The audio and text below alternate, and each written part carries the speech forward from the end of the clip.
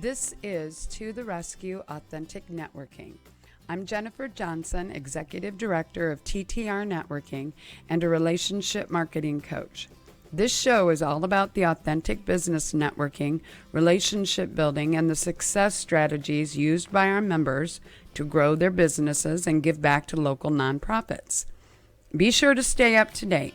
Subscribe to our YouTube channel by clicking the bell to get notifications of new episodes, and please visit our website www.ttrnetworking.com. Now, on with the show.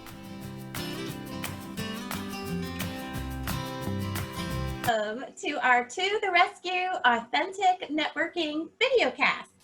I'm Nicole Williams, along with my co-hosts Jennifer Johnson and Dawn Evans Casey. Jennifer, how are you today?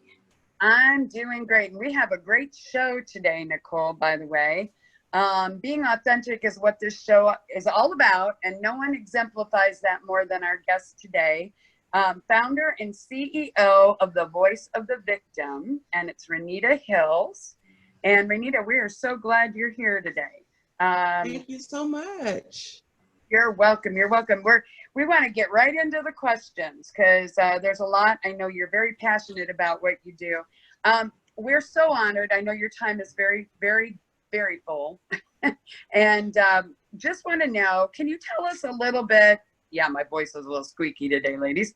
Can you tell us about yourself and the voice of the victim? And, you know, I think I know your story, but I'm not sure. So go ahead.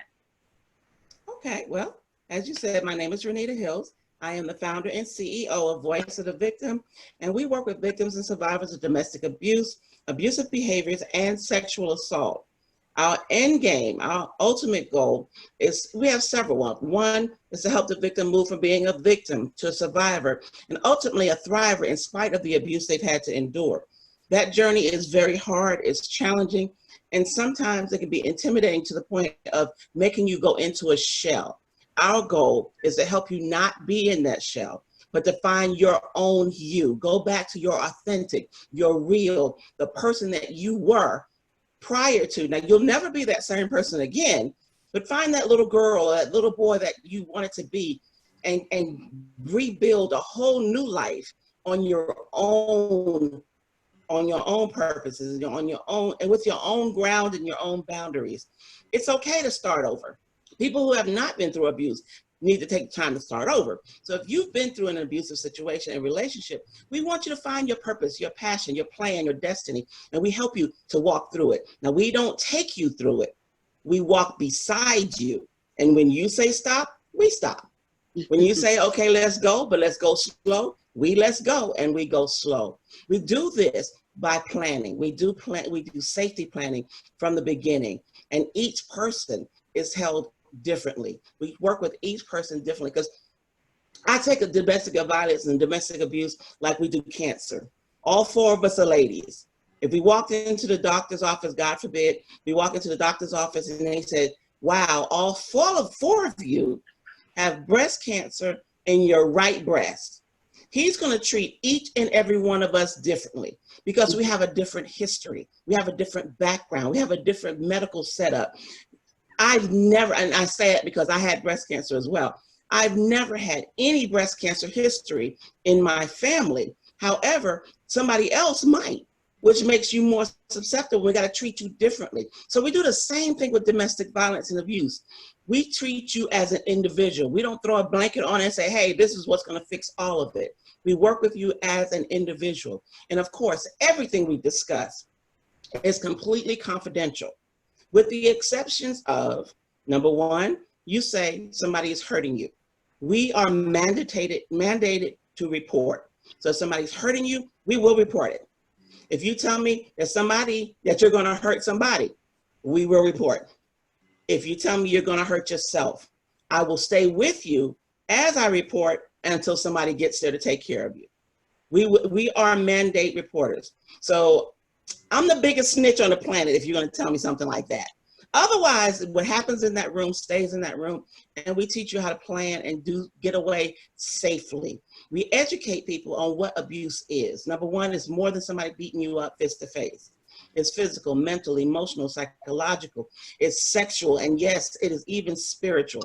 People will use religion and the Bible and God and all these wonderful things to hold it against you and keep you hostage in a bad situation. So we educate what abuse is, and if you're in the situation, we give you a safety plan to help you get out safely. The average person goes back to the abuser 7 to 10 times. I used to say just 7, but I was reading on my notes and doing some research, and I found out it's increased from 7 to 10 times a person goes back to their abuser. And part of the reason why they go back is because when they leave, they don't have a plan. I'm just out. They don't know how to get a job. They don't know how to write a resume. They don't know how to fill out an application. They don't have any idea what they can do about childcare. They don't have cars. They don't have finances. They don't know how to keep a good manage money. So all these things are what we do is in the planning portion of it. We even have therapists that they can sit down and talk to. We have all these pieces in place to try to kind of help you to be successful when you leave. One of the other things is after you leave, again, it goes back to doing that safety planning part. And if you have children, childcare, we help you get the clothing you need. One of the main things, I know I'm rambling, I'm sorry, guys. Oh, not at But all. one of the main things that we do at Voice of the Victim is we have people that will leave the shelters, and the shelters do a phenomenal job making sure you're set up. They help you get your deposit. They help you get your first month's rent. They help you to get the lights turned on sometimes. I mean, the furniture, all these wonderful things, they help you get started. But then I've gotten several calls, especially over the past 2 years, where they said, Miss Renita, I am so excited. I'm in my own apartment and I've got my first 2 months paid up and my deposit is taken care of. And this organization helped me get furniture. This organization helped me get ... But I don't have any blankets. I don't have a shower curtain. I have no dishes. I don't have rugs for the floor. We think of that as something as, oh, that's no big deal. But that's a big deal to these young ladies and these young men. And they was like, oh, my kids wanted, and one lady was just eating fast food all the time. And her little boy says, Mommy, I just want some of your macaroni and cheese. Oh. And I was like, oh God, and he made me cry. But she had no pots and pans. But all he wanted was some macaroni and cheese. Voice of the Victim went out and we bought her a set of pots and pans. Now, don't get me wrong. It wasn't, what's the Capelline or... It wasn't nothing like that. But we went to the store and we bought her a set of pots and pans. We got her a set of dishes that will feed 4. She needed some sheets for the bed. So we went to the dollar store and got some sheets. We went to the Dollar Tree and got her the shower curtain liner. But these are the small things, not that the big companies aren't doing it, but we fill in the gaps in the small areas to help the young people to get from being a victim to a survivor. And that transition from being in the shelter where people are taking care of everything for you to being on your own, that's a huge step, because 1, you left your abuser. 2, you left the safety of a shelter, and now I'm out here on my own. What do I do now? That's where Voice of the Victim comes in at. We come in, we advocate, we sit down and do small groups, we talk, we have small groups for our young people, and the babies, they tell you so much when you're just watching them play and just listening.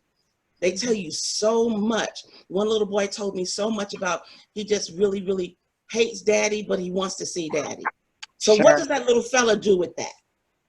We take him to a youth counselor and therapist and let him talk those things out. Because if we don't address it at 5, 6, and 7-year-olds, we will see it again in 16, 17, and 18-year-olds, and then we'll actually feel it when they turn 28, 29, and 30-year-olds. If we don't cut the tree down at the root and start redirecting it when they're young, we're going to have the same cases when they're old.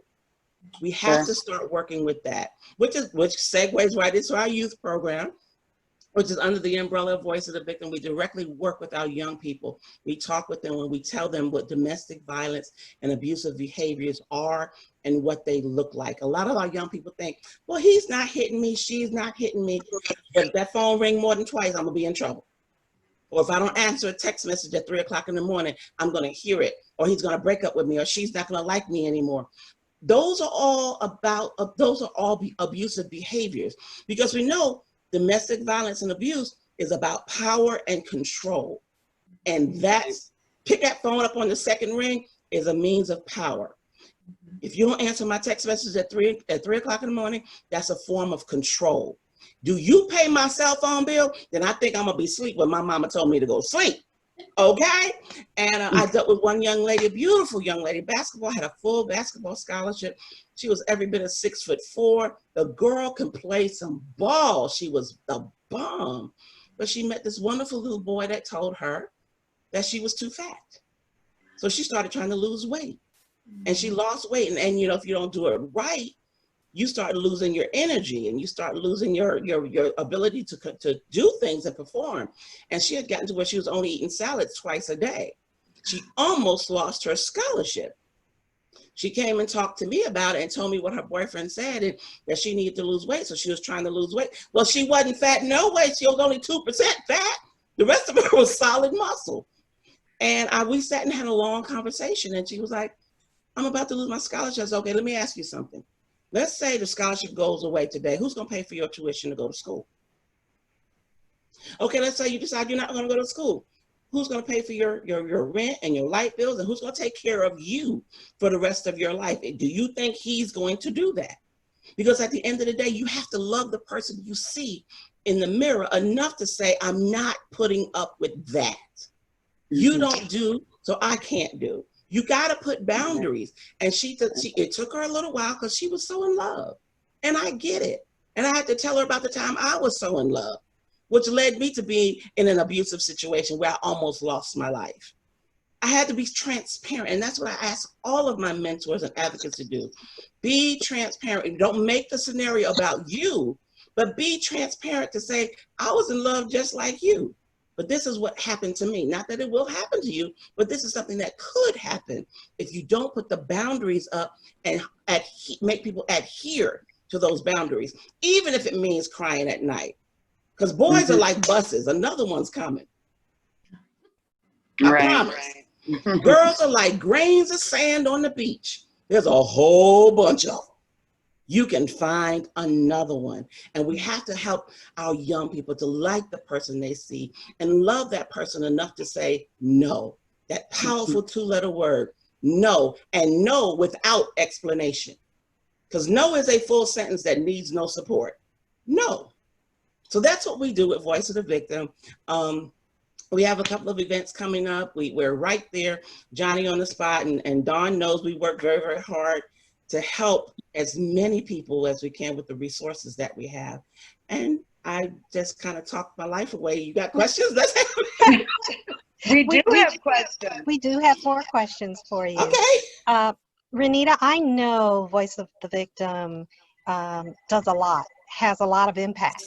And I know that it's been around for a while. Now that we are 4 months into the COVID-19 pandemic, tell me about how this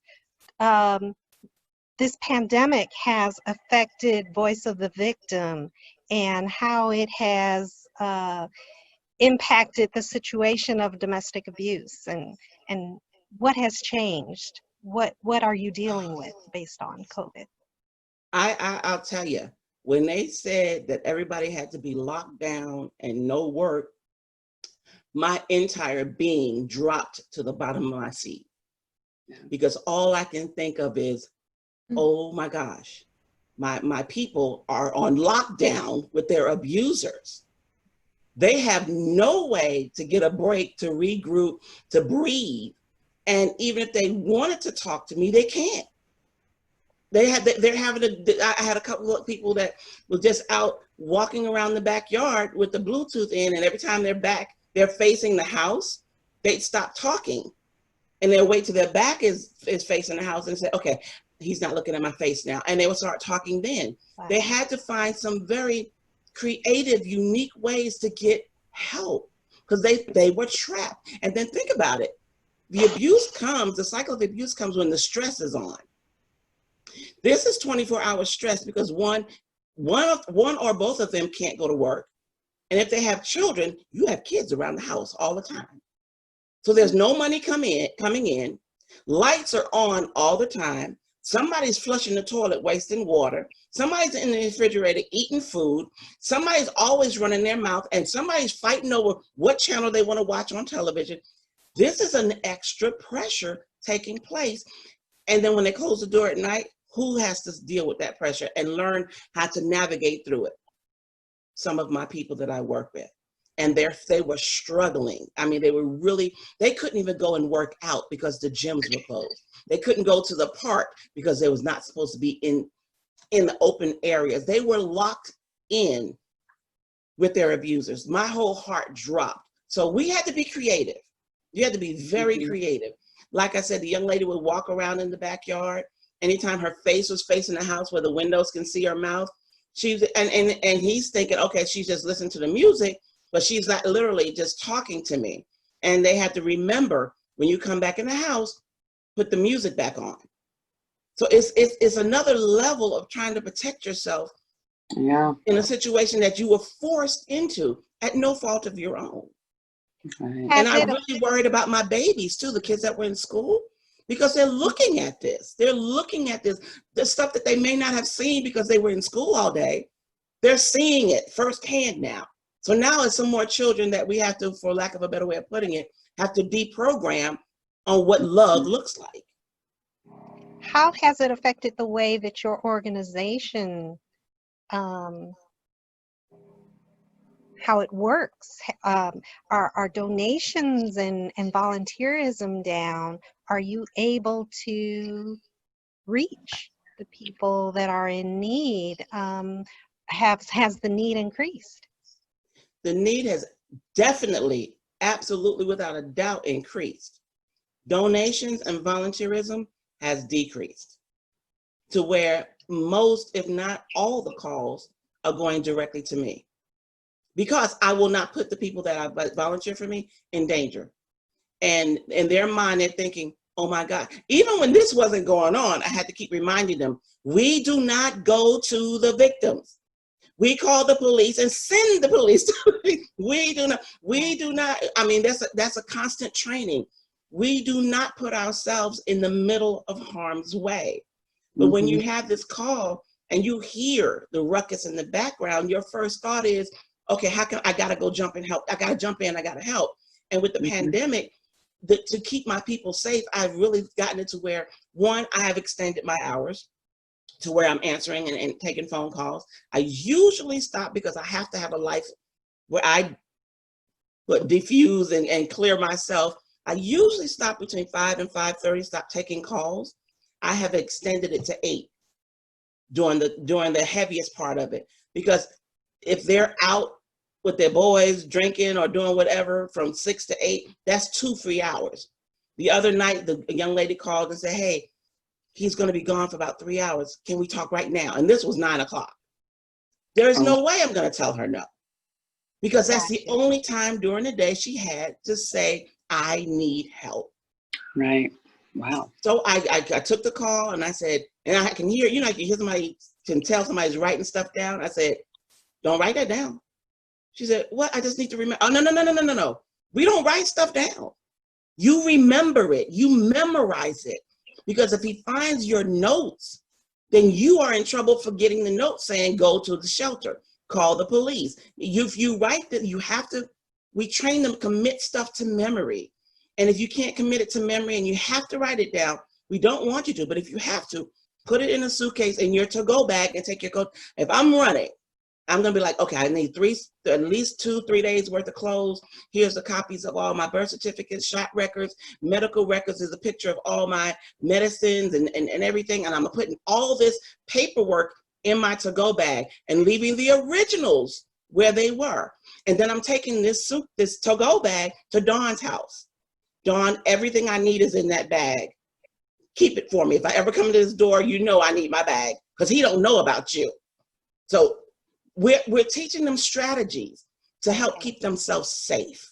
So with the pandemic, the strategies had to be more streamlined, more detailed, more intricate, and so much more catered to the individual. It couldn't, like I said before, it wasn't a blanket fix it. It was here before. Now it's like really right here. Gotcha. Because we got to keep them safe, not just from the pandemic, but from their abuser. Sure. Wow. Wow. Wow. Anything else? Sorry, I'm speechless. I Okay. told you, I'm just as quirky as you guys are. Do you have anything else you wanted to add to that, Dawn? No, thanks. Okay. You're just amazing. I'm trying so hard to keep it together. One of my question has to do with what being authentic means to you. And sorry. I know you've already talked about the importance of being transparent. Sorry.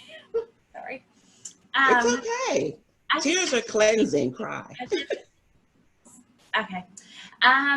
So you talked about the importance, because transparency, if you're real, people are real. You know, if they see you've gone through it. And is there anything you would like to add to that, to what you have said earlier about being authentic and with your client? I don't know, but what do you call victims with your? I don't like. I think. I know. What do I don't like the terminology victim. What do you like to? I like to call, when I'm talking about them in this setting, I'll say clients or survivors. I don't, and I will slip up and say victims sometimes, because I don't want anybody to stay in the victim mentality. Right. When it initially happens, while it's happening to you, you have just become a statistic. Yeah. Once you get, like for me, I'll say this for me. When it happened to me, I became a statistic. While I was laying on that floor in my living room, bleeding out and waiting for the hospital to come, at that moment, I was a statistic. Once I hit the hospital, I became a victim. I'm rebuilding my life. They're giving me my life back. They're helping me to stay alive. For a few months after that, when I was afraid to leave my house and was afraid to talk to anybody, when I walked around with that police, come get me right now, beeper on my neck, I was still living in a victim's mentality. It wasn't until I had decided I'm not going to be a trap in my own house anymore. Then I started transitioning from being a victim to a survivor. During the survivor mode, I started helping other people. And in my way of, while I was reaching out to help other people, my hand was open. So some of that hurt and that anger and that self-hate, that loathing, that guilt, as I opened my hand to help others, it started dropping away.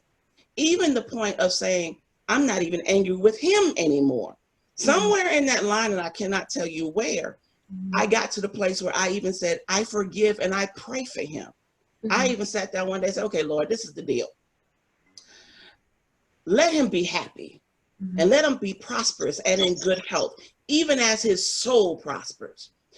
But I also threw in that little disclaimer, but keep him where he is. Don't put him on my side. Let him stay in the state that he's in.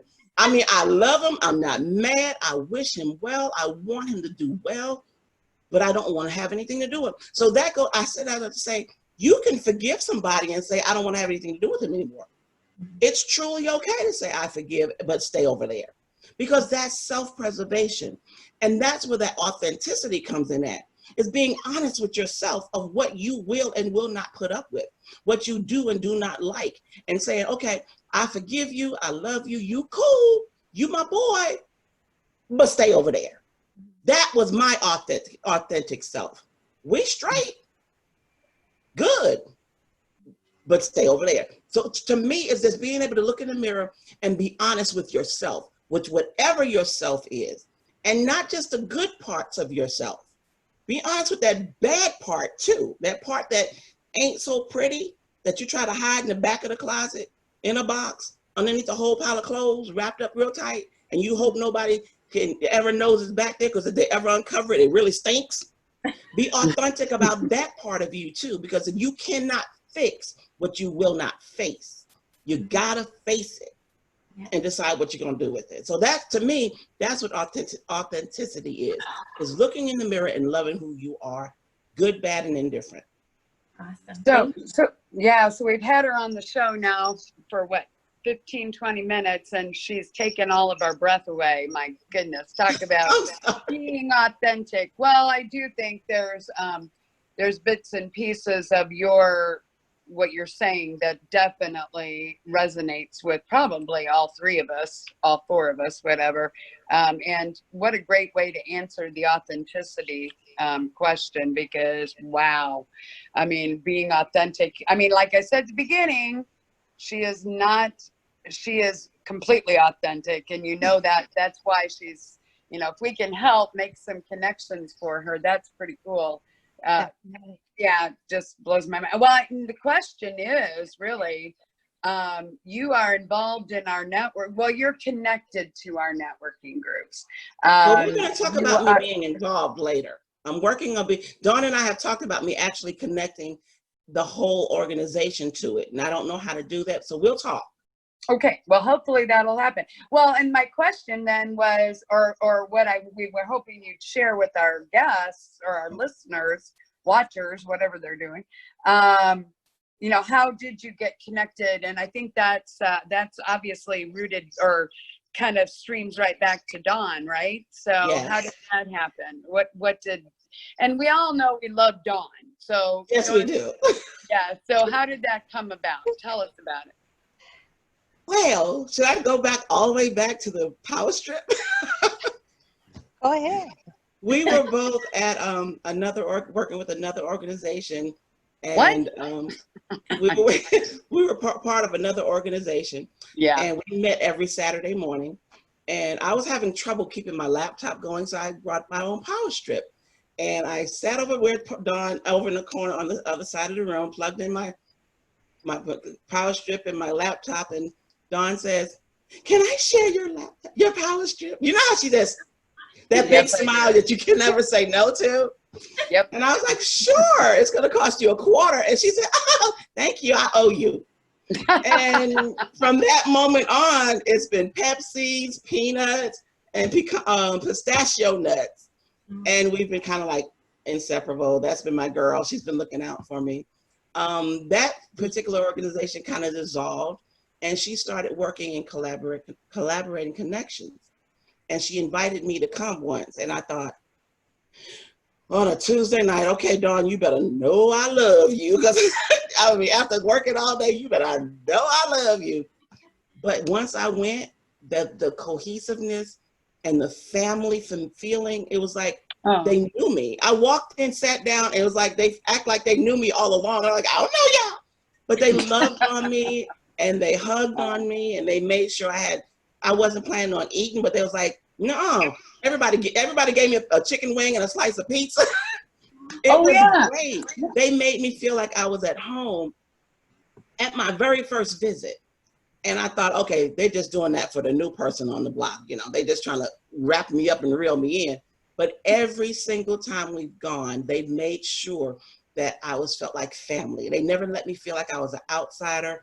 They never made me feel like, okay, so you've been sitting around, hanging around, what you gonna do? They've always made me feel like family. And when I met Jennifer, it was like, okay, this is the seal to this love connection that's going on with all these, and they were so supportive. And every time they always asked, what can we do to help you? It wasn't what you can do to help me. They always asked, what can we do to help you? And as a CEO, all I ever hear is what people want me to do for them. I know. It just felt so good to have somebody real and authentic and honestly say, what can I do to help you? They've come to my events and they've sat and they supported and cheered me on, laughed at me because I did some silly stuff, but they had my back. And again, as a CEO, and this is not to sound like I'm being braggadocious or anything, but when you get to this level, it's not very many people that will, first of all, get there with you. But when they get there, that will have your back and support you, and not just support you because they want to be next to the CEO. They care about you and your success. And that's what I got from working and sitting with Dawn and her group. It's phenomenal, absolutely phenomenal. Well, I know that's about Dawn too. And I'm like, I think you've already told me. I don't know if I need to ask any more of my questions. She already sealed it up there, Nicole and Dawn. So, but that we hope, we really hope. And I mean, I didn't agree to pay you later or anything, Renita, right? So, you know, she laughs. You didn't know. No, really. I mean, look, that check better be in the mail. Don't play with me. Yeah, no kidding. You hope that anybody that comes to a group is going to get that kind of, hope that that's what the goal. I mean, that's what you want. You want a group that welcomes you in. I mean, obviously that's what you're all about with your business, the Voice of the Victim, or with your nonprofit. With that said, though, I mean, I'm gonna let Dawn ask the questions about the nonprofit. So go ahead, Nicole, Dawn, go ahead. So I was already a part of the Collaborating Connections and TTR network when I met Renita. And she didn't go into the detail, but that day we first met, you know, from me asking, can I plug into her power strip? From that afternoon, other people in the room thought we were longtime friends, that we had known each other forever. And it was just a friendship that clicked all at once. Yes. But, you know, God brings people into your life for a reason at the right time. And that's what I sincerely felt. And then finding out more about her organization, you know, it just made sense to try to make the connection. So TTR networking is all about assisting community groups and local nonprofits and giving back to the communities that support our entrepreneurial endeavors, our businesses. And we've loved being a part of that.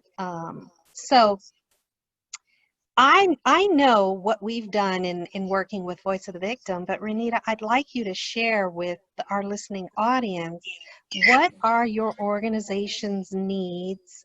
How can others listening to this podcast today reach out and volunteer or assist your organization in doing more of the great stuff that you do all the time? Immediately, I'm gonna do it, you know, I'm gonna wing it the way I wing it. Right now, our immediate need is we're doing our back to school supply giveaway. We're putting together all the backpacks, the last Saturday of this month, June 27th, I think is the date. And we're gonna need school supplies. Right now, and Dawn, I know she's thinking she's gonna say it again. Right now we're putting together 50, but my ultimate end game is 100 backpacks with school supplies in it, or bags with school supplies in it. We need pencils, pens, erasers, glue sticks, composition books, spiral notebooks, loose leaf paper, Kleenex. Oh, you know how they always want the box of Kleenex to go in there. Hand sanitizer. I know hand sanitizers are scarce, but even if it's those little ones that we can throw in there, that would be great to get them a good start.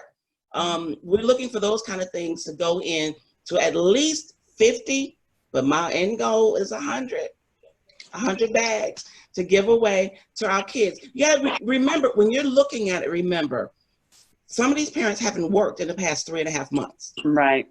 But they still have to get their kids in school in August. Even if they started working back the 1st of July, they're playing catch up because they haven't worked in 3.5 months. So we want to help support them, even with those little small things. It seems like small things to us, but that's a huge thing to parents who are trying to get their kids back in school. Sure. Go to the Dollar Tree, pick up 10 boxes of Kleenex. $10 can help 10 kids. Go to, I think it's Office Depot. You can get 2 composition books for $1. Think about that. $5 would take care of 10 composition books. And I mean, you can do so much with just a little bit of money. We're gonna be announcing the location where it's gonna be given out on the last day of this month, giving everybody at least 3 weeks to get their schedules together. We're gonna be doing that. We're gonna right now, and I've been trying not to say backpacks because we're still working on somebody donating the 50 backpacks. But with those reusable grocery bags that we always get, we're using those right now. We're hoping that somebody can give us 50 backpacks. So each kids will also have their book bags to go with them. That's what we would love for them to send them back with the book bags as well. That's our immediate need. And of course, we have the scholarship program that's coming up in August. Every year in October, we have the scholarship award ceremony and survivor benefit in October. Every year we give at least we try to give 3 students that are high school seniors, first-time college freshmen, at least $500 towards their first year of school. If anybody has gone away to college, you understand when you get to school, you get there and you got all this money that everybody's giving you that first time, and you're like, yeah, I got money, I got to do this, that, and the other. By October, the money is depleted. And you need soap, you need toothpaste, you need socks, you need underwear. As female needs what she needs. There are so many needs that pop up. Or you just might say, I want to go to movies with my friend. I want to go have dinner off campus. Those things are important to that first-time freshman. And then they're not calling home to mom saying, hey, mom, send me some money. No, because you got an allotment of money from Voice of the Victim. The Learn to Love You program sent you some money. Go to that, and that money is written out, the check is written out to the student, not the parents or the school. It's to the student. Now the student can take that money and pay off tuition or pay off a book. They can, but it's up to their discretion. The first half of it goes in October. Then, we get home for Christmas and they get all that Christmas money. That usually lasts through around the end of March, 1st of April. And then they're calling mom again, hey, I need soap and deodorant and toothpaste and ... Wait a minute, just give it a minute. Your second check is on its way, and that gets you through the rest of the semester. So we're always looking for financial support. If you know somebody that can help us find and write scholarships, grants, we would love that. We would love to have somebody who knows how to find and write grants that fit our organization. But if you want to write a check that goes straight to the Learn to Love You Youth Program scholarships, we would love to have that. And of course, we talked about this earlier, that our survivors that are moving from the shelter into their own homes, we always need the money to help support them with the small things. But something else I didn't mention that we try to do every year as well. On Valentine's Day and on Mother's Day, we pick a shelter and we find out how many. So far, we've not been able to do we've only been able to do one shelter at a time. But we pick a shelter, find out how many residents that are parents there, mothers there, and every Valentine's Day and on Mother's Day, we give them a card and candy for Valentine and a card and a single rose for Mother's Day. This helps them to feel a level of normalcy, even in that shelter. So we do those things as well. We try to get with fathers and families for Father's Day, and for Christmas, we try to send as many as we can. But again, our budget is tight, it's small. We try to. So if you want to help with that, that's phenomenal. What we did last year after Mother's Day and after Valentine's Day, we went to the Dollar Tree and cleaned out all of their stuff. So because normally we get one card for $1, but after Valentine's Day and Mother's Day, you can get 4 for $1. So we've been trying to do stuff like that, but still the resources and the supplies are short. The monies are short and limited. So whatever way you can, with those things I just said, if you can jump in on any one of those trains, it'll get us where we need to go, and we would greatly appreciate it. Good. Thank you. And how can our audience, how can we all find you? We want to help. Where do we find you? Why y'all stalking me? No, we're going to help you. You can reach me by email at renita.hills, HILLS, @gmail.com. Or you can go to the website, vovictim.com, VOVICTIM.com. You can find me on Facebook, Renita Hills. Am I missing anything? Oh, my phone number, 317-597-0456. That's Voice of the Victim's phone number. One more time, Renita, on your phone number. 317-597-0456. Oh boy, if I'd gone with what I wrote first, it would not have been anywhere close. Okay, good. Good, that's good information. Go ahead, Dawn. What do you? You've shared some wonderful information with us today on your organization and all that you do. Are there any parting thoughts that you want to leave us with, Renita? Again, I appreciate you all letting me have this platform just a few minutes, but I do want to say this: just when you're in a relationship or you're in venturing out into one, know who you are first. Love who you are first. Identify who you are first. That way, when that person comes to you, they don't have to add to your plate to build who you are, because you're a complete person by yourself. That's hard. That's hard. But it takes you looking in that mirror and saying, I like that. I like that. Oh, I ain't too thrilled about that, but I can live with it. And that part got to go. You have to be honest with who you are, what you are, and your history and your past. Your past is not something that you just want to throw it away. Your past, your history is the reason why you are who you are today. If I were to cut out the fact that I lived with somebody for 15 years who was emotionally abusive to me, that's 15 years worth of knowledge, experience, and something I can share with other people. And it would take away from who I really am. Don't get rid of the past. Learn from it. Don't lean on it, but learn from it. Take it and run with it. Be like you said, be authentically who you are and what you've been molded and created to be. And at the end of the day, love who you are. Love you. You know, my tagline, and Dawn knows, when I was doing my podcast, I ended with this: beneath your skin and behind your eyes is a beautiful you. Learn to love you. If you love you, everybody else will too. And if they don't, it's their loss, not yours. All right. Wonderful. Thank you Don't so look much. like that, Miss Jennifer. No, I think you've given us so many great nuggets today. So we could go on and on and on, but go ahead, Nicole. I think that was a good way to end Renita's part. That's great. Go ahead. Well, we want to thank you so much, Renita, for being our guest today on To the Rescue Authentic Networking. And hey, Dawn, we wanted to ask you how things are going on with you and your travel business. Oh, things are going well. As we're moving forward in the pandemic and restrictions are lessening, I've got folks reaching out to me who are ready to get out and travel again. So that's optimistic and looking up, and I'm excited myself to be able to get out and do a little bit more all the time while remaining safe and healthy at the same time. Thanks for asking. Oh, awesome. Thank you. Let's see. And Well, then, actually, we just discussed it a little bit before this, and I think anything we say at this point after Renita's presentation will seem such of a, like, how can we even compete? I mean, I think we need to kind of take it out, but Dawn, we will do, I think it was already discussed, we need to do a follow-up, do a show with you talking about the travel industry.